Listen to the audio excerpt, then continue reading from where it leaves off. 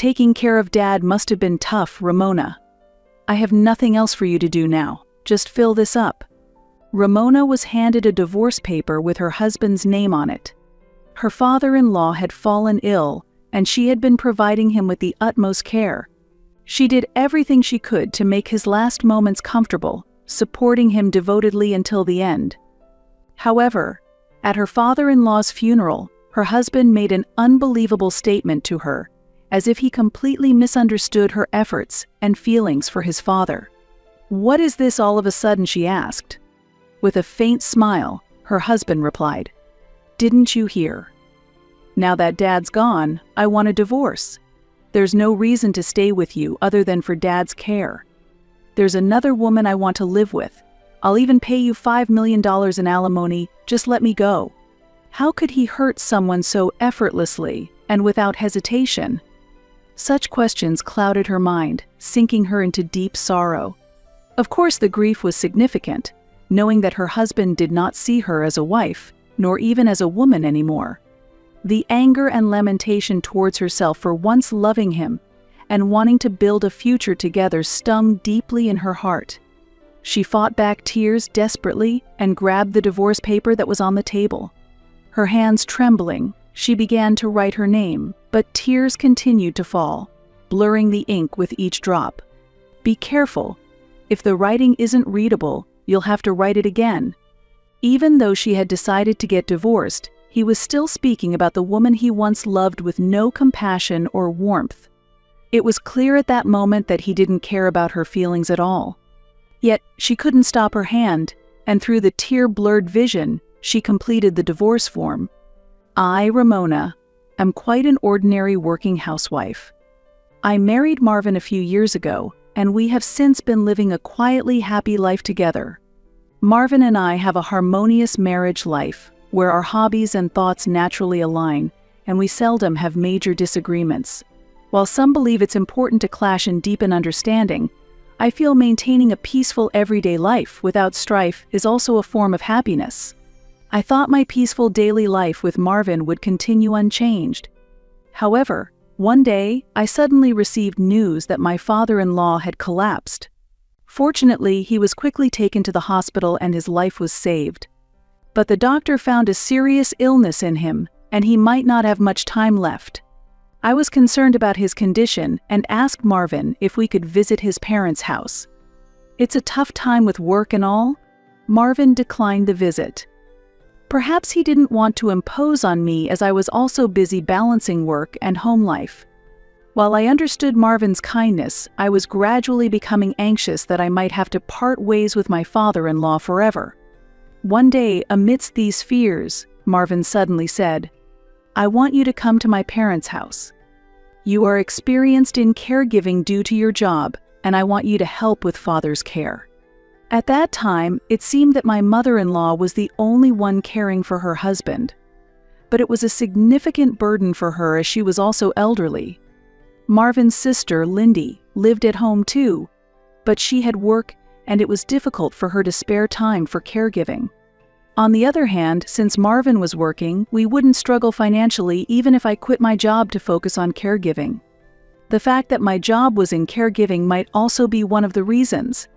I was initially reluctant to quit my job, but given my father-in-law's health and the need for care, I decided to leave my job and take care of him. The reality was that Marvin earned more than I do. If we lived together at my parents-in-law's house, our expenses would decrease and our financial burden would be lessened. Thus, we decided to live at Marvin's parents' house and take care of his father. Once I actually began caring for my father-in-law, I truly realized how difficult it was. Moving my elderly father-in-law from a bedridden state was especially very demanding physically. However, he was a very calm person and never complained about my care. Instead, he always thanked me, saying, "Thank you, Ramona." His words made me feel relatively at ease mentally. Caregiving is greatly influenced by the behavior of the person receiving care, so his character has been a big help. In this life, I had one question. It was about the lack of cooperation in caregiving from my mother-in-law, Marvin and Lindy, who lived with us. Even if they did not get involved in caregiving, they should at least come to see the situation and discuss how they can support. I decided to ask Marvin indirectly, being careful not to sound too critical. Marvin's response was unexpected. "It now takes twice as long to commute to work from this house. And you want me to help with Dad's care after coming back from work? There's nothing to be done for a sleeping father." While Marvin's words might have some truth, there were parts I still couldn't accept internally. I have asked my mother-in-law and Lindy similar questions, and their responses were shockingly cold. "Caregiving is your job and don't meddle in household matters." Especially Lindy, who claimed she couldn't help with caregiving due to work, continued to live in such a way that makes it unclear whether she is really at work or just enjoying her free time. What's more troubling is that Lindy came to borrow my clothes almost every day, saying, "This outfit is lovely." At first I didn't mind, but she has never returned anything she borrowed, and often she loses them. I suspect she might be selling my belongings at a thrift shop. This is because almost every time she borrows something from me, I see her shopping outside. I had never been treated this way during previous visits to my in-laws' home.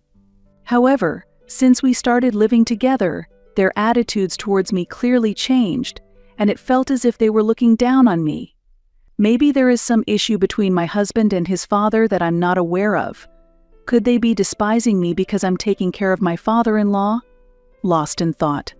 During my days filled with unease, my father-in-law suddenly spoke to me.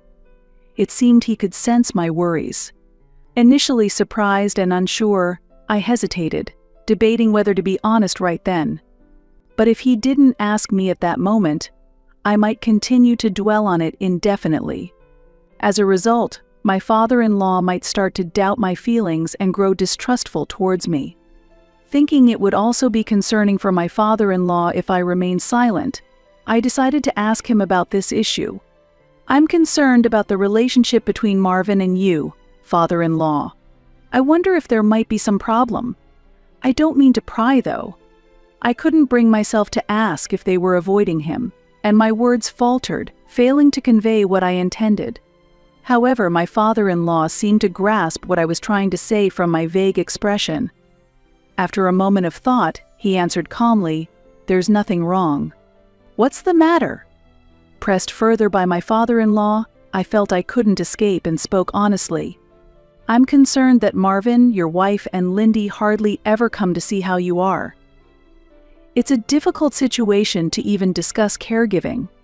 Hearing this, my father-in-law simply said, "I see," and then suggested something astonishing. "How about I pretend to be dead to check everyone's feelings?" I was taken aback by such an unimaginable suggestion and immediately objected. That's not acceptable. It was an utterly unreasonable proposal. If my concerns are wrong, Marvin and the others might be terribly saddened, and it could lead to irreparable consequences. There must be other ways to confirm their feelings. Nevertheless, seeing my father-in-law pleading with a lifetime request, I reluctantly agreed to help.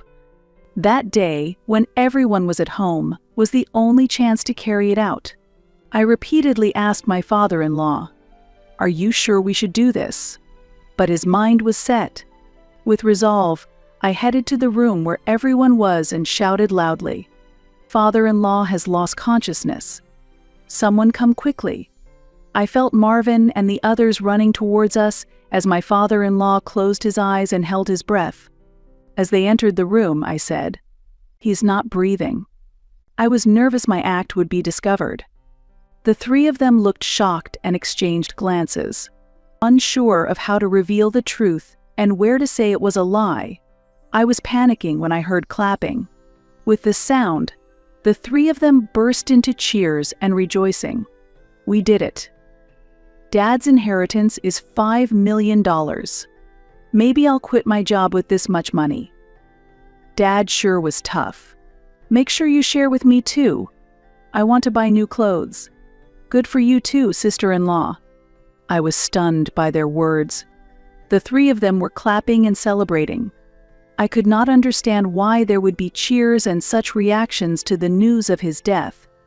If it were true that he had passed away, maybe I could have endured it a bit longer.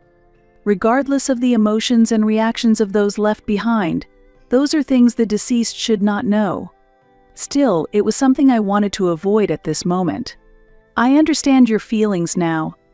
Struggling with his immobile body, my father-in-law sat up and said calmly while staring at Marvin and the others. Marvin and the others were shocked, as if a dead man had suddenly come back to life, and they exclaimed aloud. The surprise was short-lived as they realized this had all been an act. Then, Marvin and the others started making frantic excuses, saying, "Oh, what did we talk about again? It's obviously a lie. We would never seriously say something like that." After that, their glares turned towards me. "Ramona, this is your fault. You won't get away with such a foolish act. You must have instigated Father. Come here." Marvin grabbed my hand and dragged me to the bedroom. My father-in-law tried to explain desperately, but his voice was too weak compared to their loud accusations and couldn't stand against them. If Marvin and the others had truly been mourning his death, I could understand them being angry at what I did. However, their anger was merely a backlash against me for exposing their true feelings. I was deeply disappointed by their actions. In the bedroom, I was subjected to unspeakable verbal abuse from Marvin, and from that point on, the harassment against me began in earnest. I was spoken to harshly whenever seen and faced terrible discrimination during meals. My food was so bad it seemed fit only for animals. I was also locked out in an outdoor shed to keep me away from my father-in-law. The shed was poorly maintained and dusty, making it difficult to breathe. I managed to clean it up a bit to make it somewhat livable, but my heart never rested. It seemed that Marvin and the others were now cooperatively taking care of his father. I wondered why they hadn't done this from the beginning. Yet for them, this was merely an act to regain lost trust. And without that incident, they likely would never have cared for him. After a while, my mother-in-law came to the shed. I thought I wouldn't be allowed to see father-in-law again, so I was taken aback by mother-in-law's words. "Don't think I've forgiven you," Dad said. "Why can't you do it like Ramona? If Ramona isn't the one caring for me, I won't leave the $5 million inheritance to you, so I had no choice." Perhaps the caregiving provided by my mother-in-law and the others was lacking compared to what I, a professional caregiver, had provided. And maybe my father-in-law was trying to help me in his own way. If you mess around again, you'll suffer even more. Just do the bare minimum without saying anything. Understood? Although I couldn't agree with everything, I decided to suppress my feelings and replied yes to not waste my father-in-law's intentions. He was growing weaker each day, and I started to feel the anxiety that we might soon have to say goodbye. It seemed he felt the same, and one day he called Marvin and the others into his room. When Marvin and the others were called, they asked, "Are you okay with concern?" But their expressions and attitudes seemed to betray a sense of inconvenience. Maybe it's just that I can't see Marvin and the others in any other light now. Upon hearing his words, their faces suddenly lit up with smiles. "I've caused a lot of trouble since I got like this. This is a token of my gratitude. I'd like you to accept it. Maybe you all could use it to go on a trip and relax." With that, my father-in-law handed them tickets for a trip to Hawaii. Marvin, my mother-in-law, and Lindy held the tickets and were visibly delighted. Can we really go to Hawaii? Like children, the three of them were excited about going to Hawaii. My father-in-law, seeing their reaction, smiled joyfully but also looked somewhat apologetic as he spoke. "Sorry, but there are only tickets for 3, and one person will have to pay their own way," Marvin replied nonchalantly. "3 tickets are enough. Ramona needs to stay by your side." I knew this, but it still didn't feel good to hear it said that way. Even if I went to Hawaii with them, I'd likely be left alone or treated poorly. So I also responded, "I will take care of Dad, so I won't go to Hawaii." That's right. Lindy said this to me, and the 3 of them went to the living room to start planning the Hawaii trip immediately. Meanwhile, my father-in-law and I exchanged looks and shared a wry smile. The trip was for 3 nights and 4 days, and as planned, Marvin and the others departed for Hawaii. During their trip, a few of my father-in-law's friends came to visit. There were no major changes or events otherwise. Perhaps because Marvin and the others were away, father-in-law often seemed more spirited than usual, and I could finally relax and spend some time at ease. The 4 days passed quickly, and Marvin and the others returned. Their bags were full of souvenirs, but as expected, there was nothing for me. There was a women's Aloha shirt that fit me perfectly, and I almost rejoiced thinking it was my souvenir, but that was just a premature assumption. Marvin scolded me harshly. "Don't look without permission." And in that moment, any hope I had was shattered. It seemed that my relationship with Marvin might be irreparable. Carrying this anxiety and loneliness, I continued with my mundane life. Then, finally, my father-in-law quietly passed away. It appeared that mother-in-law and Marvin had already decided everything about the funeral beforehand, as everything proceeded surprisingly smoothly. There was no grand funeral, it was a very modest one, with only a pastor giving a brief address before the ceremony. Several days later, discussions about the inheritance were held, and it was formally decided that all of the inheritance would be divided among my mother-in-law, Marvin and Lindy. I thought there was nothing unusual about this.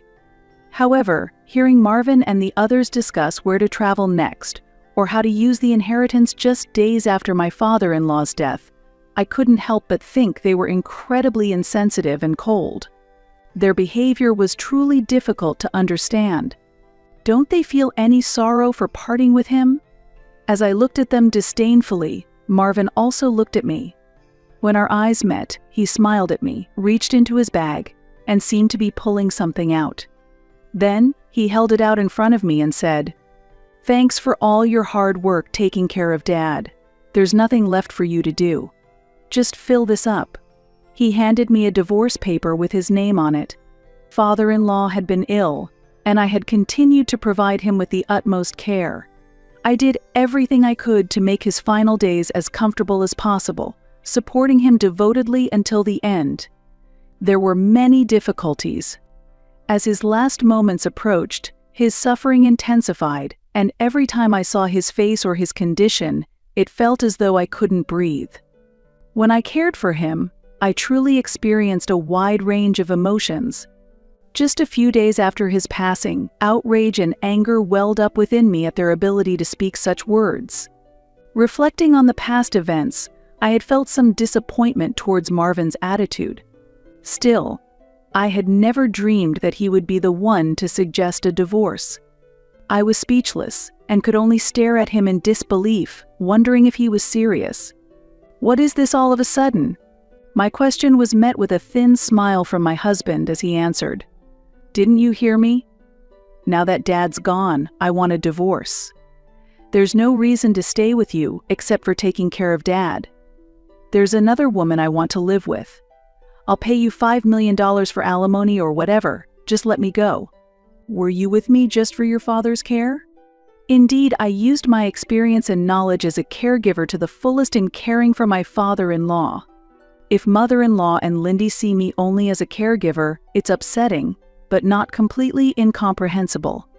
Being a daughter-in-law, I might encounter such cold treatment and misunderstanding. But if Marvin sees me only as a caregiver, it's too painful and almost heartbreaking. At first, I really did love you, but now I have someone else I love. Understand. I heard that Marvin has been dating Rose, a younger colleague from his office, for several months. That timing coincides with when we started living here. His late returns from work were partly due to longer commutes, but there were other reasons too. "Were you having an affair?" Unable to hide my shock, I asked him. Marvin answered reluctantly, "That's what I'm saying." Don't make me repeat myself. If you want alimony, I'll give you as much as you want. I have Dad's inheritance after all. The moment I heard Marvin's words, my heart felt like it was freezing with disbelief. I was disheartened by the reality that he no longer saw me as his wife, nor as a woman. More than that, I couldn't accept that the person I chose had changed this way. Why did I choose him back then? I forcefully grabbed the divorce paper from the table, holding back tears as best as I could. With trembling hands, I began to write my name, but the tears kept falling, blurring the ink with each drop. Be careful. If the writing isn't readable, you'll have to write it again. An unbearable pain overwhelmed me. Even though I had decided to get divorced, I had loved him when we got married. The words that came from his mouth now lacked any trace of compassion for a woman he had once loved. It was a clear moment when I realized that Marvin did not care about my feelings at all. Yet, I couldn't stop my hand, and through my tear-blurred vision, I finished writing the divorce form. But I couldn't accept a divorce without doing something more. I felt I needed to retaliate somehow. Driven by a strong belief that he needed to take responsibility, I resolved to claim a share of his assets. I thought of this affidavit as one way to do so, and I set the amount Marvin should pay at $30,000 and wrote it down clearly. I said, "Any amount is fine, yet you set it at $30,000. That shows what kind of woman you really are. You can forgive what I've done for $30,000. Did he understand even slightly how much pain and hurt I was in? He was utterly despicable. Considering everything, there was no reason to stay together anymore, and if ending this could be the best option, I tried to convince myself of that. I had him sign the affidavit and formally secured a promise of property division from him. Feeling relieved that everything was over, I quickly packed my belongings and left my in-laws' home. I then fully realized how much support I had received from my father-in-law, my only ally in that house.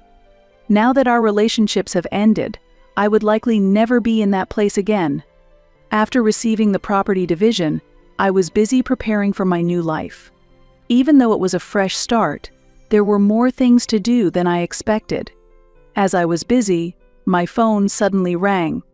The name displayed was from a contact I hadn't yet deleted. Marvin. Even though he had initiated the divorce, I picked up the phone, a mix of anxiety and curiosity swirling within me because there was really nothing left to discuss. Before I could even greet him, Marvin's furious voice erupted. "What have you done? Where did you put Dad's inheritance?" It was something that happened while Marvin and the others were away in Hawaii.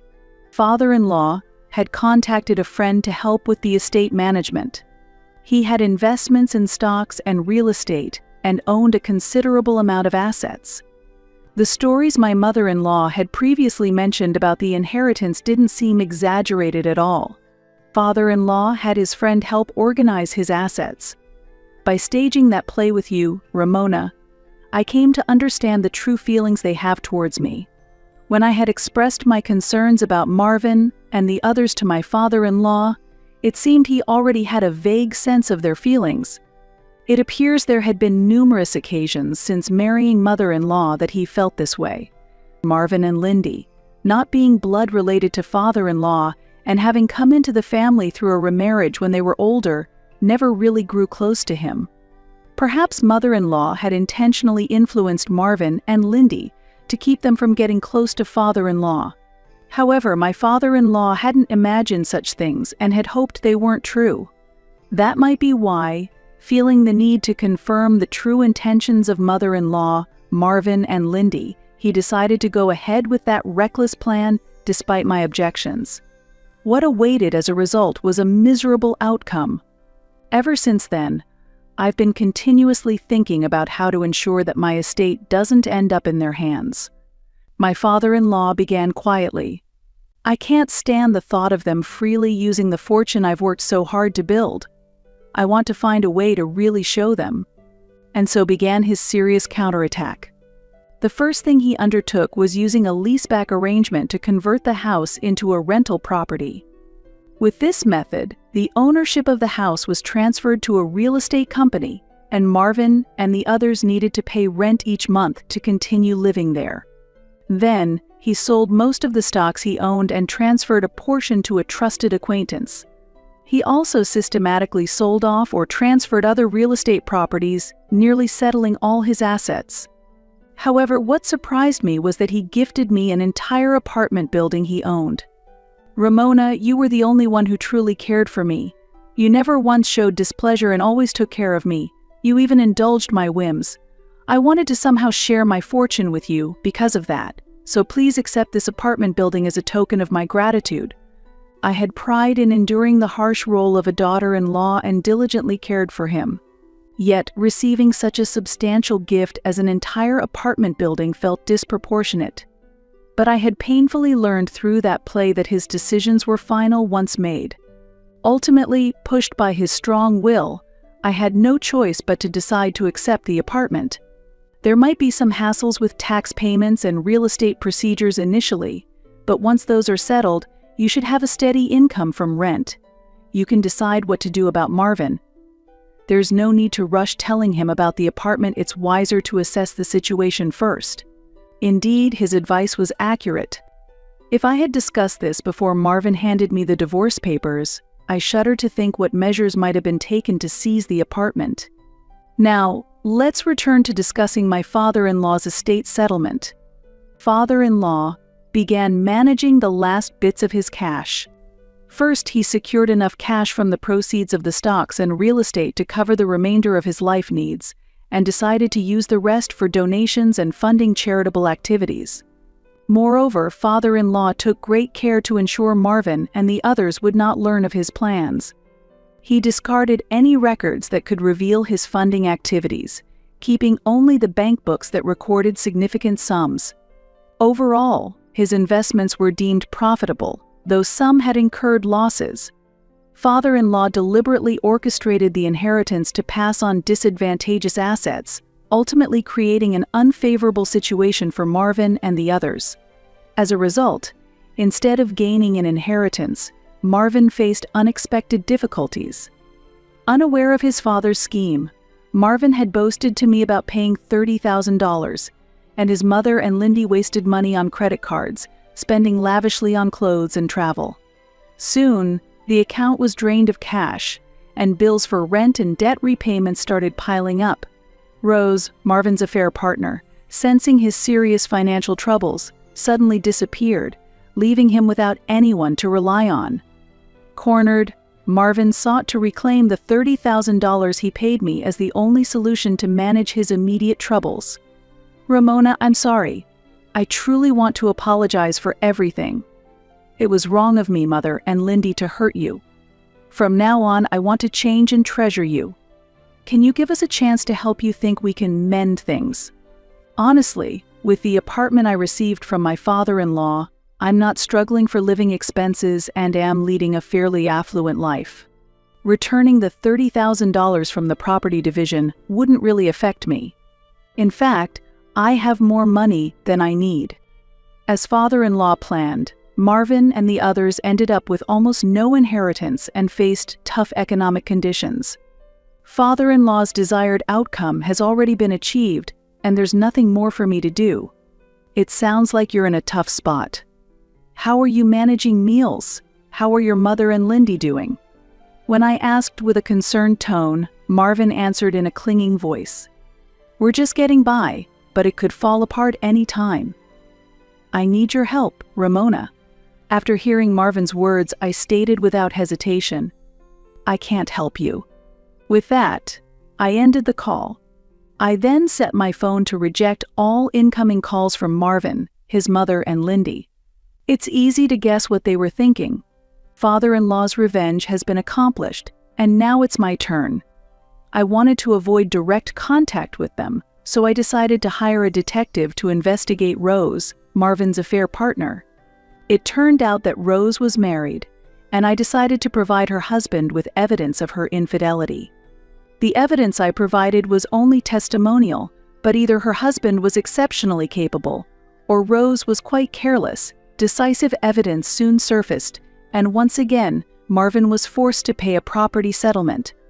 The situation worsened, and both his mother and Lindy suffered damages. As the saying goes, when the money goes, so does the relationship. Marvin's financial hardships only deepened the rifts between them. Constant arguments filled the house. They became unable to pay the rent, and eventually, they had to leave the house. Thus, they even lost the place for them to argue. It was discovered that Marvin had borrowed money through illegal means to pay off his debts, and he was taken away. Lindy started working night shifts, struggling to pay off her debts, and I learned that their mother couldn't find employment anywhere and was living in a homeless state. It's impossible not to feel that the difficulties and hardships they are currently facing are entirely of their own making and are pitiful.